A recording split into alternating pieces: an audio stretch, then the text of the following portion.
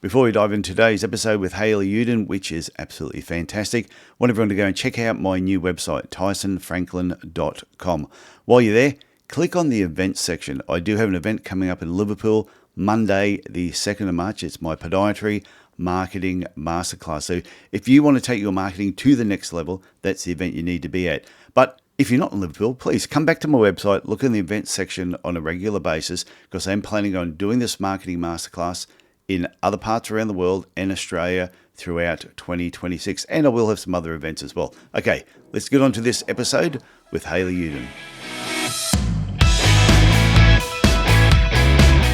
Hi, I'm Tyson Franklin, and welcome to this week's episode of the Podiatry Legends podcast. Podcast designed to help you feel, see, and think differently about the podiatry profession. With me today is Hayley Uden. She has been on the podcast before. It was episode 257. We worked out that was April 2023, Hayley. So that was a long time ago.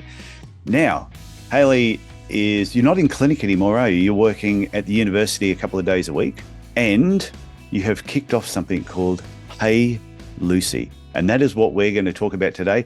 And we're going to help promote the hell out of it so everybody knows what it's all about. So how are you doing today? I'm good. Thank you, Tyson. Very good. Okay. What is HeyLucy? Let's just dive straight into it. Let's talk about HeyLucy. Done. So I like to explain HeyLucy is as if Uber and dating app had a baby. Ooh. That is HeyLucy.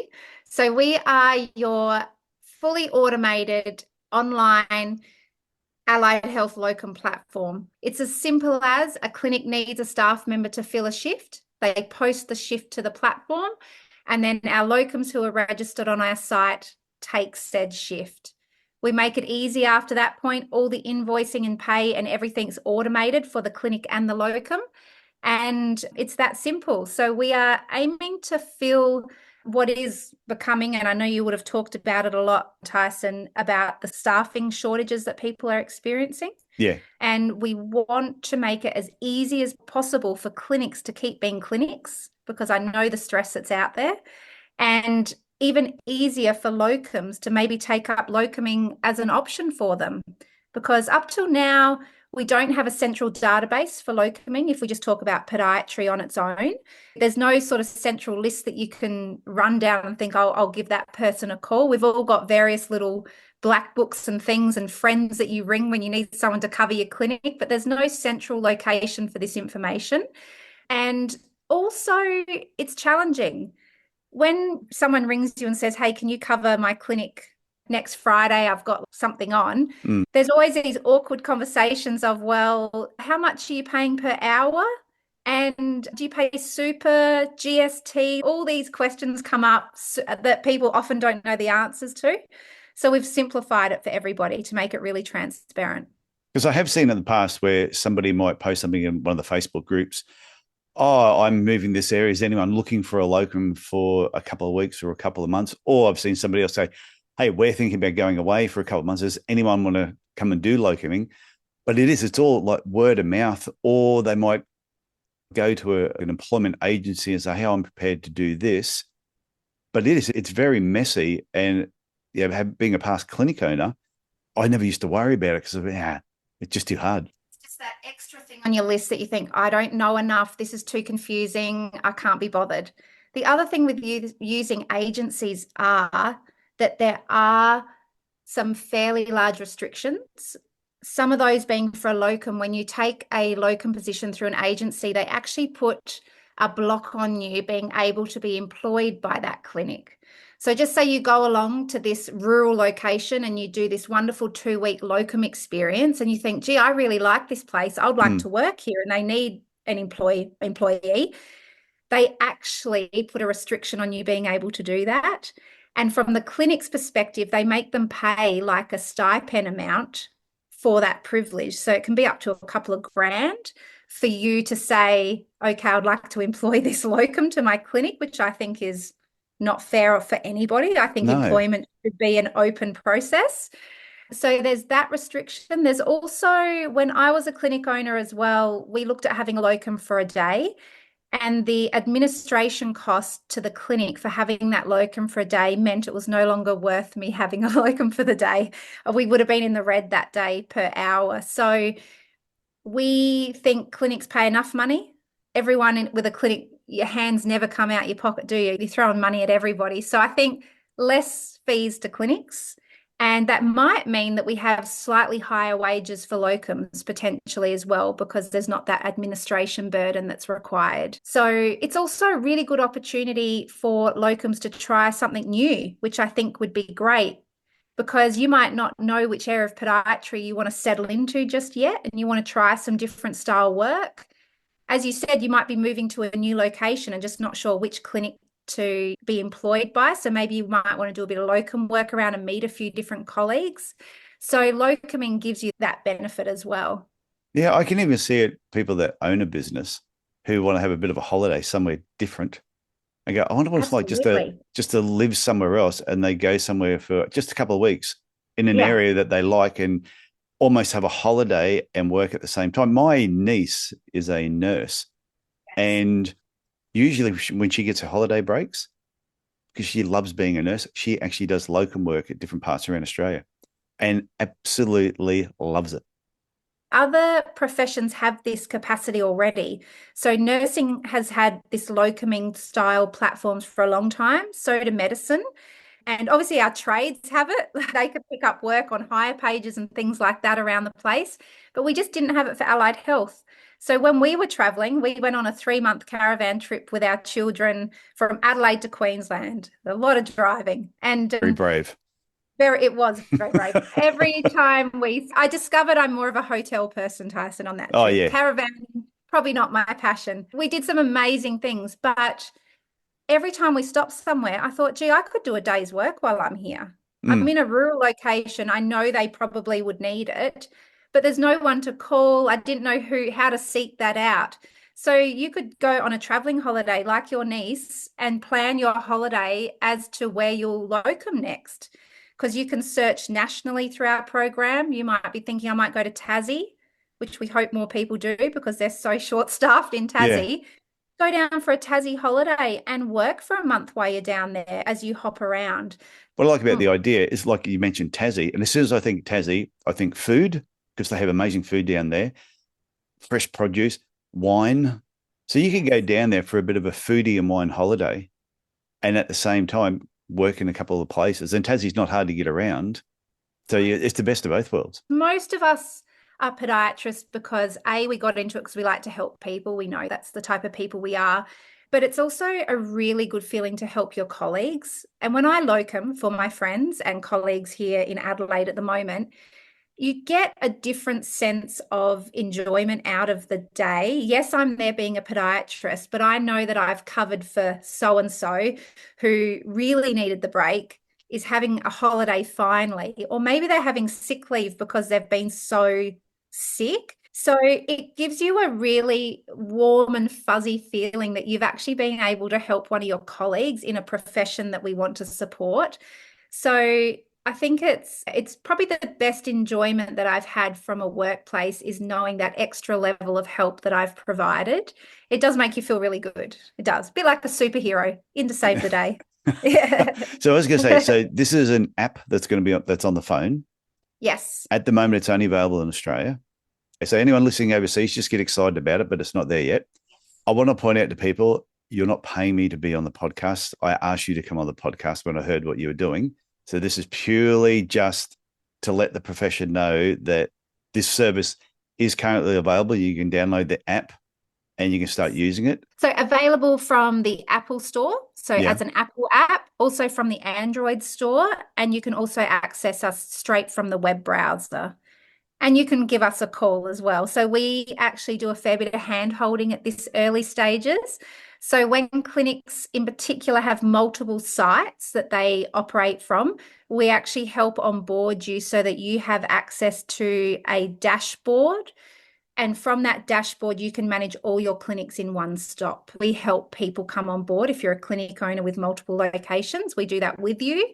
But anyone can sit on their couch at 9 o'clock at night and download the app and start putting their profile together. If you were a podiatrist, like in the UK, and you'd say previously been in Australia, or you wanted to work in Australia, it'd be another thing that you could at least reach out to some of these places through the app and at least start talking to people. Everyone always ask me, what do you need when you're doing this style of work? So we have a lot of information on our website, but when you go through the onboarding process as a locum, you do need to upload your relevant documentation, your APRA number, etc., so that we check that to make sure that you're rigid. That's a good so idea. Clinics know that's all been updated. And as a clinic, you also create your profile. You can put pictures, you can talk about what type of clinic you are, what kind of software or what kind of assistive technology you use in your clinic. So any locum can look at your profile and check that's the type of clinic they have experience to work in. So everyone's profiles are up there to look at it at any time, a little bit like a dating app, except you're not swiping sideways. So you can see who the locum is, what they're about, and also vice versa for the clinic. And to do that, there's no cost. So no one pays anything to be on our platform either, which I think is worth pointing out. So you can set up your profile as a locum or a clinic at no cost, and clinics can post a shift at no cost.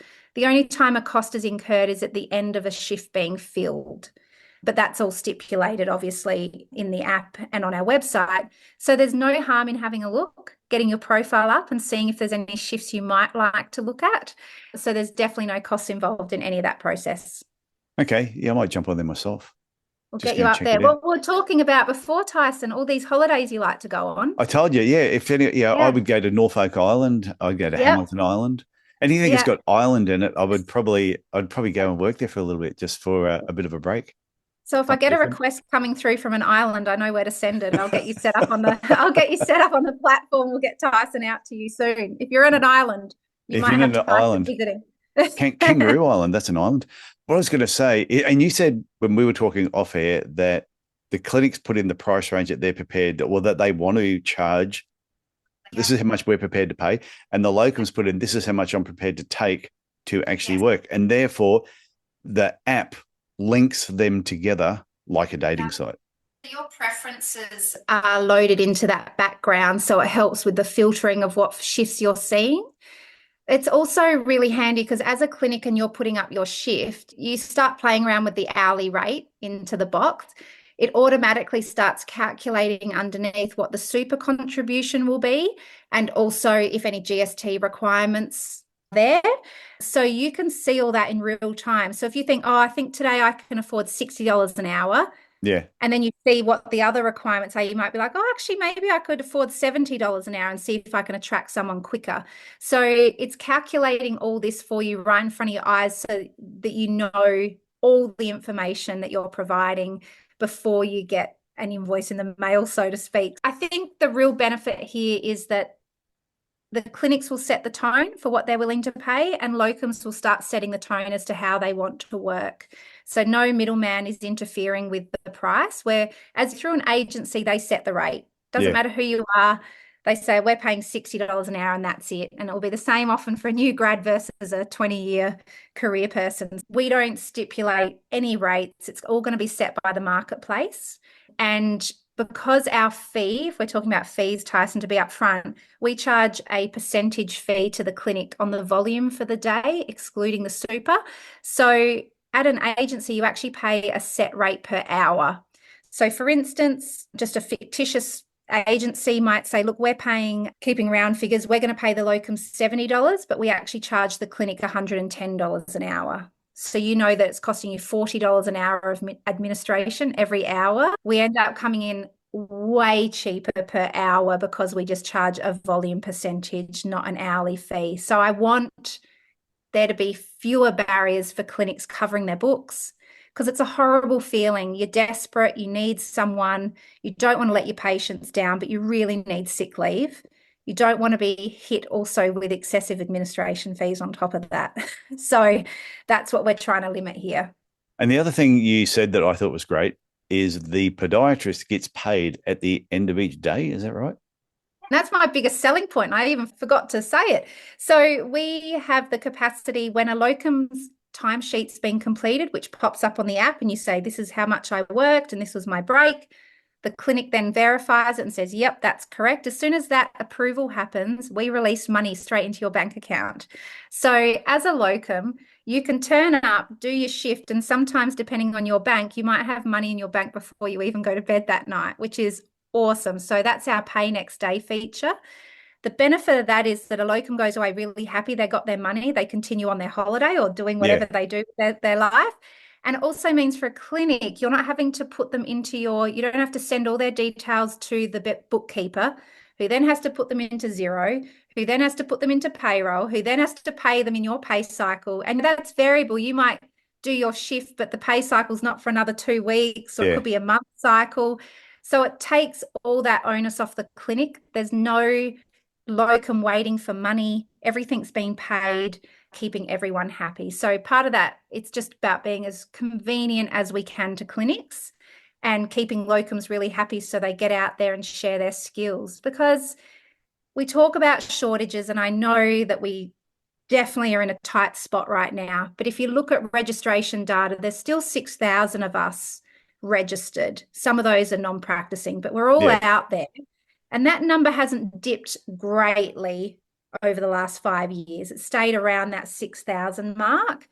So we're all out there somewhere, Tyson. I believe that we're working differently. I think a lot of us have dropped to part-time because of perhaps balance or parenting requirements or caring requirements. So if we can mobilize all 6,000 of us more intuitively, we could share the workforce better, because clinics are already under the pump, and getting a full-time worker now and even a part-time employee is just becoming harder to attract for lots of different social, cultural reasons.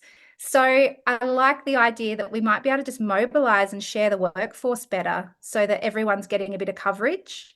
And obviously, when you get out there working as a locum, you'll start to meet new people, meet new colleagues, find different ways of doing things. It's a really great learning experience and networking experience. All of a sudden now you've got colleagues in Queensland that you know very well, and northern New South Wales. So it's just a nice networking experience as well. Plus, if you've worked with that person and all of a sudden we're going away around the same time next year, are you prepared to do it again? You can set up Yeah, regular work. But I'd mentioned to you absolutely. too that, like, I know a lot of podiatrists that have had clinics, had it for 20, 30 years. They sold their clinics. They're now doing other things. But they've said to me, oh, I'd work 1 or 2 days here and there. I'd work for a week. But they just don't worry about it because there is no central spot where they can just log in their interest and go, okay, now I will work a couple of days. I'm a little bit in that category at the moment. I've pulled the brakes a little bit on some of my clinical load, but every now and then you just get the vibe, don't you, Tyson? You're like, oh yeah, I could do a couple of days. My back's feeling good. Everything feels all right. I could grab a couple of days. And so this gives you that capacity that you could duck in and out of the workforce at your choosing, which I think for anyone in the era of either maternity or paternity leave era, where you're juggling lots of hats, this is a wonderful way to return to the workforce without that. You're not locked in. You can pick and choose the work when you want. But then having said that, every time our school fees roll around, Tyson, I'm like, gee, I might go grab a shift somewhere just to top up that. I need to find a bit of money that we forgot about. So you can top up your income this way as well, which is quite nice with the cost of living and things going on. So it's a really nice way for people to re-enter the workforce or just stay involved in the workforce in the capacity that they want, rather than thinking, I really don't want full-time or Yeah, but part-time. say, for example, a regional area, and I'll just use Cairns as an example because that's where I live. But I know in Cairns, I think there's about 8 or 10 podiatry clinics scattered around the place. And I would have no idea, even if I was going, oh, I'm prepared to work a couple of days this month or a couple of days next month. There's no way other than having to reach out to every one of them individually and say, I'm prepared to work for a couple of days. And then you're going to go through, what are you going to pay? And you've got all that rigmarole you've got to go through. And I'm sure there's regional areas all around the country that are exactly the same thing, where there's a retired or semi-retired podiatrist who still knows what to do. And there's half a dozen clinics around them who are going, oh, I wish there was somebody that could work a few days. And who might be a bit more flexible with that capacity to just pick it up at the last minute as well. And we know, like in clinic world, when you're a clinic owner, we know the types of leaves that come up. We've got maternity leaves that potentially occur that you need to cover, hopefully. You've got longer sick leaves if someone needs surgery or something like that. Maybe you're in a position to be taking a little bit of holidays that you would like to cover. So you can plan ahead with something like HeyLucy and be like, I need someone in November for 4 weeks, and you can have that person locked in well in advance. Or you've got that short-term capacity where it's 9 o'clock at night, you've just had your staff members rung up sick, and you think, oh God, what do I do with the diary tomorrow? Because I'm already in clinic tomorrow. You can put up the shift in a couple of clicks on your phone and just see if you can nab someone at the last minute as well. So you've got both ends of the spectrum to cover, like quick emergency covers versus planning for longer covers that you might need to attract someone. Okay, I have a question. This might be a silly question because I've never done locuming before. But does the locum have their own provider number for where they are, and they use that for every spot they work at as that's my locum number? How's that work? Sorry, your provider number still follows you per location. Yeah. The way that works now is that you, through a website, or a lot of us just do it on our phone, you jump into your Proda account, which is also where you can manage Medicare payments and all sorts of things as a clinic owner. But you jump into your Proda and you literally say, there's a button there to add a new provider number.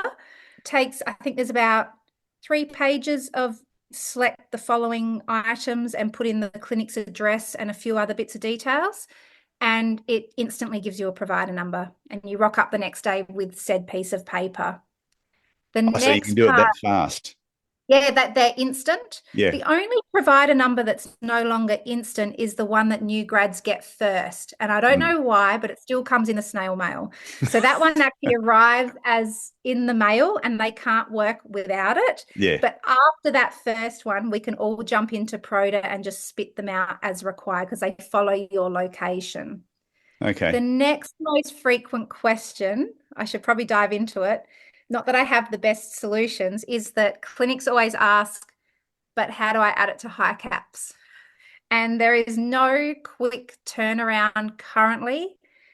And lots of tech people talk about this. Why is this such a problem? There are lots of limitations, but you can't add it to your high caps usually without a 2 to 3 day or maybe slightly more delay.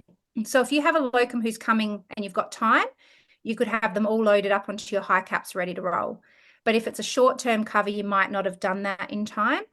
So I believe the official line is that you would invoice patients for the day and then they need to do their own Medicare rebate against the locum's provider number, because it wouldn't be automated on the system just yet. It's actually not too hard to do, but there are too many barriers between private health insurers, Medicare, high caps, that it just doesn't, there's no bridging of that at the moment. But it's a super quick process. It is crazy how what I don't get about provider numbers, you can't do that. Yeah. What is through APRA, we have a registration number. Why can't our registration number be our provider number that just goes wherever we go? We have the same registration number. We don't have to change it. Makes no sense. Or even like you said before, is there a locum number that you apply for? So that just becomes like almost like a mobile provider number. I'm not sure. I don't know the ins and outs well enough, but there is still the onus on the locum to get that provider number, and then the practice manager will keep it on file, or if they've had time, they've loaded it to high caps and it's all working well in advance of the locum getting there. But yes, so your Proda account is where you do all that. Which could be helpful too if you work somewhere and they said, hey, we'd love to get you back for another week next year, that once you've got your details and your provider number for that clinic, they keep that on file and can make the process easier in the future. Because it's all location based. If you've already been at that clinic, you've already got a provider number there, which is handy. Before we go any further, I just want to take one step back and get you to explain to people how the name HeyLucy came about, because someone might be going, I did when we were first talking, and went, I've got to ask, what is HeyLucy? Why HeyLucy? So I get a lot of emails now addressed to Lucy, which makes me giggle because I think I'm Lucy. But so HeyLucy came about because when we're working with our branding team who were coming up with our brand and our colors and our name, they came back to us with a whole heap of very IT-based names, such as Cloud Connect, Locum Connect, like lots of very, very IT-based names. Boring. Yes. Yeah. And none of them were taking me by storm. And then during a branding process, which you'd be aware of, Tyson, Yeah. you often make like avatars of the people you're selling to. Who are your clients? Like you can do in your clinic. And so we had two main avatars. It was the locums and obviously the clinics, because they're our two populations that we're looking after. And we had nicknamed the locums Locum Lucy. That was her persona. And the clinics were Locum Dave. That was the persona of the clinics. And you had to go through what age group, what are they about, what are they like? And so that's how that came about. And then when I was saying, look, none of these names are really grabbing me, the brand coordinator, Jason, he said to me, but do you know what we call it around the office when we refer to your project? He said, we all just say, HeyLucy, and everyone goes, oh yeah, that one, the locums. And it's an instant recall when they were saying Yeah. it in the office. And he said, it's got a really quick recall. It has a nice personality. You can use the personality in your marketing over time. And so we went with it in the hope that it has a quick recall for people, because I'm assuming there'll be a practice manager at the front desk at some stage going, oh my God, I need a locum tomorrow. What were they called? Oh, it's Lucy. Their name's Lucy or something. There'll be some type of light bulb going off that we have a personality and that you call Lucy. Hey, Lucy. I like that. I think everyone can Yeah. actually learn something from that. Is when you're thinking about whether it's your business name, really sit down and work out who is your ideal patient, who are you talking to, and try and make it fit the people that you're actually after. And have a good quick recall, because some of the names, oh man, if we're talking about IT, they were all to do with clouds. It was all Nimbus, Locum Connect and stuff. It's all about the cloud and it's all this fictitious. Well, so sounds yeah. awful, doesn't it?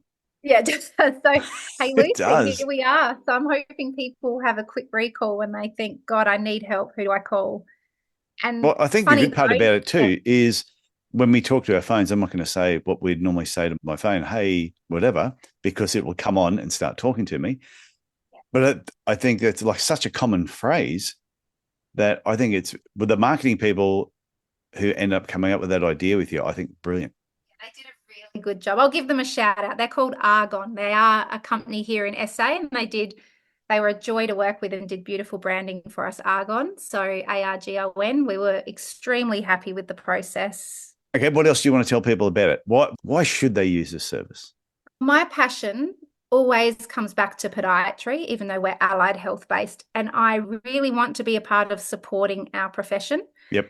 I really want to support clinic owners, and I'd like to think that we can retain podiatrists in our profession longer if we can be more flexible with some of the changes and needs that are occurring. And I think that's where we play a role. If my solution makes life easier for a clinic and it meant they could go to their kids' assembly or something like that they usually have to miss, or they finally got to have sick leave for their carpal tunnel that they've been putting up with, or all these things, I would like to think that's what we've provided, is just supporting the profession back to the profession. That's what I care about the most. And having been on both sides of being a locum and a podiatrist and a clinic owner, I'd like to think that I understand some of the pressures on both sides and where we could find a better solution and a better fit. So I just hope that I'm part of that solution so that we do support the next era of podiatry, because we all talk about students coming out and we have less students going in and all these things. And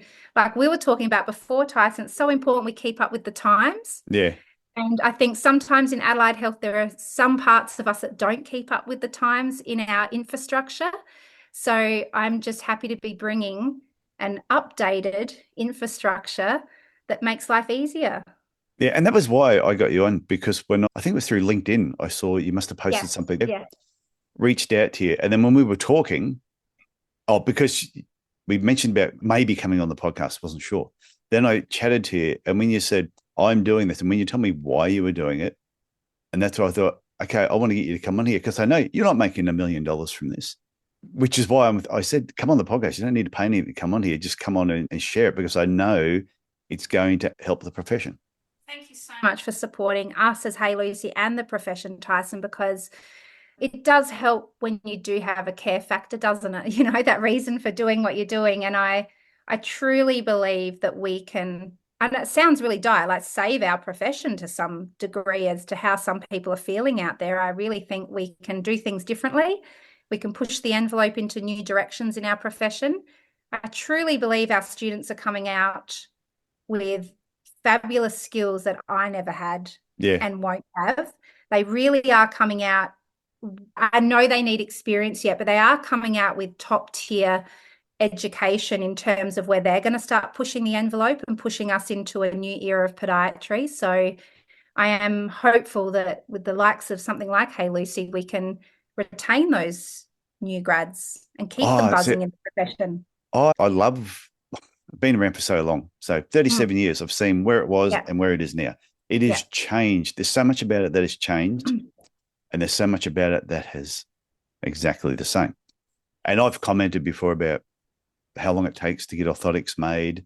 And I bang heads with the association. They know I'm not friends with them because I reckon they're boring and set in their ways. But anyway, but even last week's episode that came out, which was titled, What Other Careers Are Podiatry Adjacent? And when I was talking to Rebecca Roger about all that, we were saying we don't want people to leave the podiatry profession, but sometimes people don't want to be working full time. And I think what you're doing is also another career that is podiatry adjacent. You're now doing this Locum app. You're still a podiatrist. You're still going to work part time. You're still helping the profession, but you haven't just left it altogether, which I think is great. And I think most people out there, like you said, you sometimes feel that bug, or I could do some clinic work around here if I Yeah. knew where to go. So we all still, I think at the end of the day, have a desire to be involved, even if it's not full time, and assisting our profession. And I think locuming's a fabulous way to do it because you really are, you're helping the profession. I think giving it a title and a space where it belongs and making sure that people understand it's a very useful part of our staffing workforce. If we can utilize it a bit better and differently, I think we can fill a lot of gaps. I think this episode is fantastic following on from last week's one. It's a perfect add-on to what we were actually talking about. And I didn't plan it that way. It's just the way the episodes fall. The podiatry podcast gods, Tyson. That's it. But it's even All lining up. but even the podcast itself, the amount of students that I've had send me emails who have said, "Oh, I got in podiatry for this reason," but then they've gone through the hundreds of episodes that are available, listened to different people, and they've sent me emails just going, "I am so glad I chose podiatry. Yeah, my brother did physiotherapy, but I'm so glad I did podiatry because I can see all these different avenues on what we can do." And Yes. I'd love to be a student again now. Their pharmacology knowledge, their minor surgical procedure knowledge, they really are coming out with a great skill set that they're going to hone and take us to absolute new levels in podiatry. So I have great faith in the students we're putting out. I really do. They're a great bunch of kids.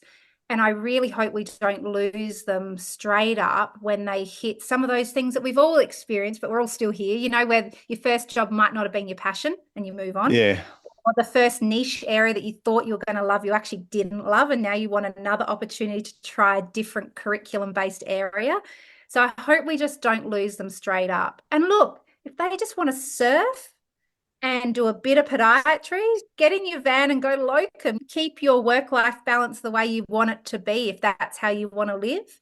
I think that would be fabulous. That freedom, if they don't have a mortgage yet, would be lovely. Or rent your house out, go on a big traveling holiday. So I'm hoping just the freedom to choose your work hours as well might keep more of our pods in the profession. If they're feeling that, we've all felt it, that feeling of I'm a little bit worn out of people. The peopling and the helping is hard. It's hard being full-time, I believe, personally, as a clinician. So I think giving yourself, it's okay to take a slightly different approach to your work-life balance. And that might mean 2 days a week every now and then, or it might mean I only do half days. I did that for a friend. They rang me up and said, "Can you help me out over the school holidays?" In a beautiful location in Adelaide. We took the family to Moonta, which is a beautiful area of South Australia. So my husband was fishing, the kids had a great time. But I said to her, "Look, I'm just hitting a point where you can either have me do 2 full days a week, or I'll do 4 half days." Yeah. Because I can push through the morning, get to lunch and be done with the day.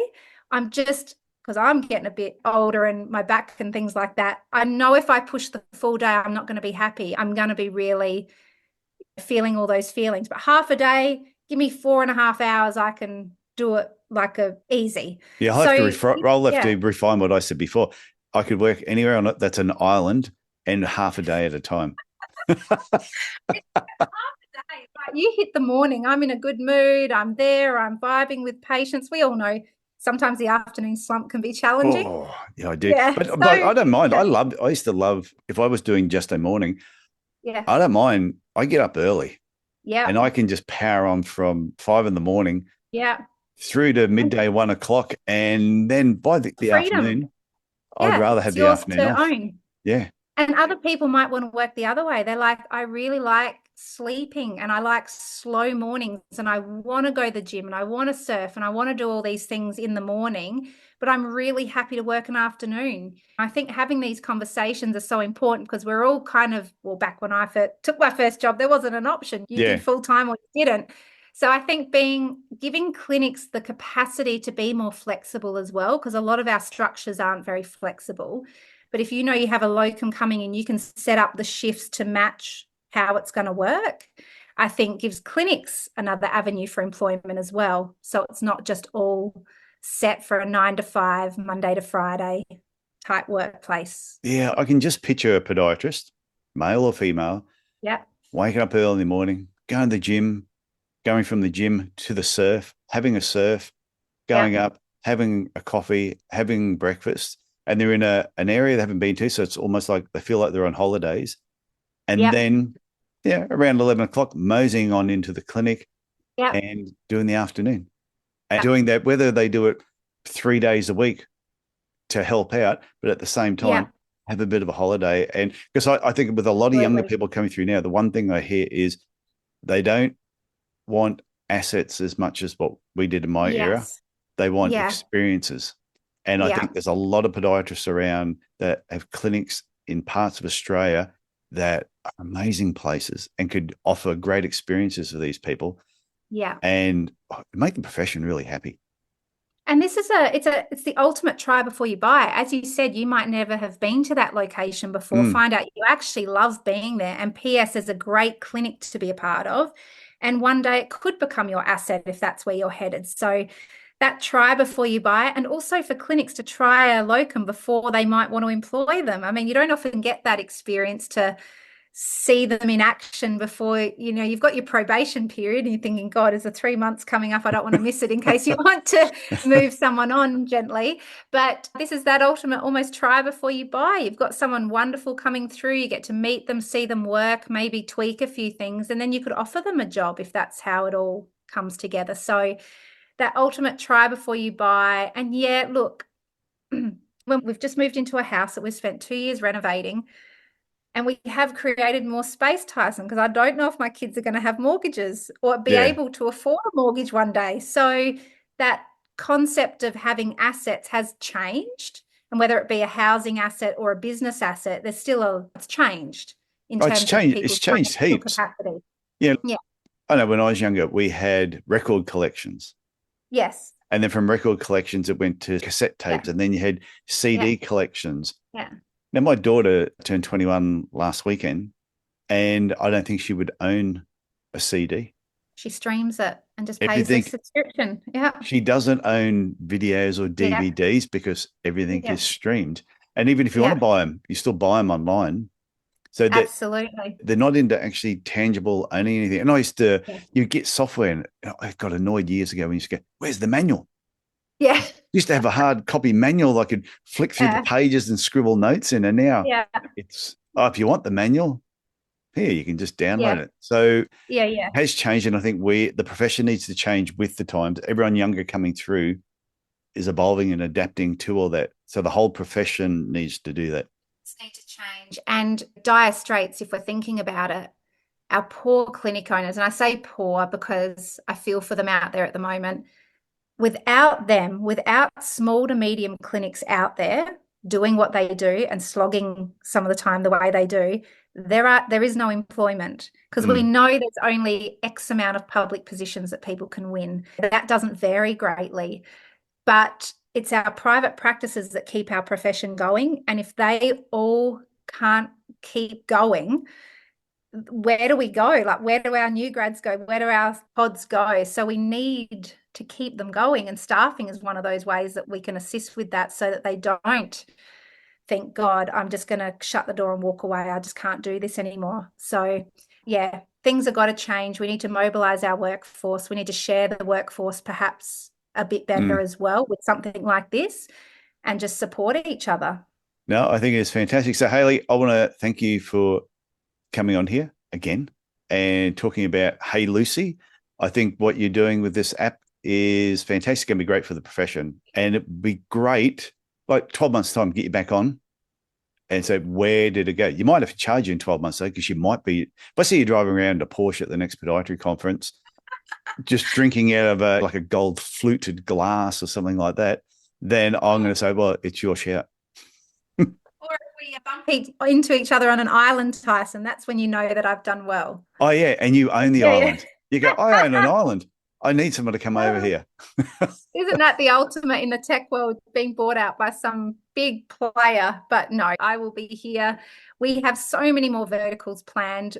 Obviously, podiatry is my baby. Physio's current and next big baby to push. And then we've got OT, there's speech, there's exercise physiologists, so we can support the multi-D environment as well. So that'll be the next part of the push into other areas. Okay, that's fantastic.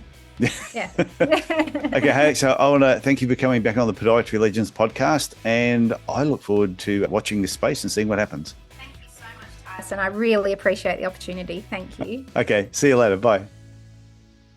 So I want to thank you for tuning in to another episode of Podiatry Legends podcast, and today's conversation with Hayley Uden really highlighted how HeyLucy is making, I think, locuming easier, fairer, and a little bit more flexible for everyone involved. Whether you're a clinic owner tired of staffing stress, or a podiatrist wanting more freedom in your career, I think HeyLucy offers a fresh way forward. I think it's fantastic. Now, if you enjoyed this episode, please share it with your podiatry friends. And I would love it if you would leave a review for this episode or just for the podcast in general. And remember, if you want guidance on building and marketing your podiatry clinic, you can always reach me at tf@tysonfranklin.com, or you can go to my website, tysonfranklin.com. But also remember, there is a Podiatry Legends podcast website as well, podiatrylegends.com. That's it for me this week. I want you to look after yourself, look after your family, and I will talk to you again next week. Bye for now.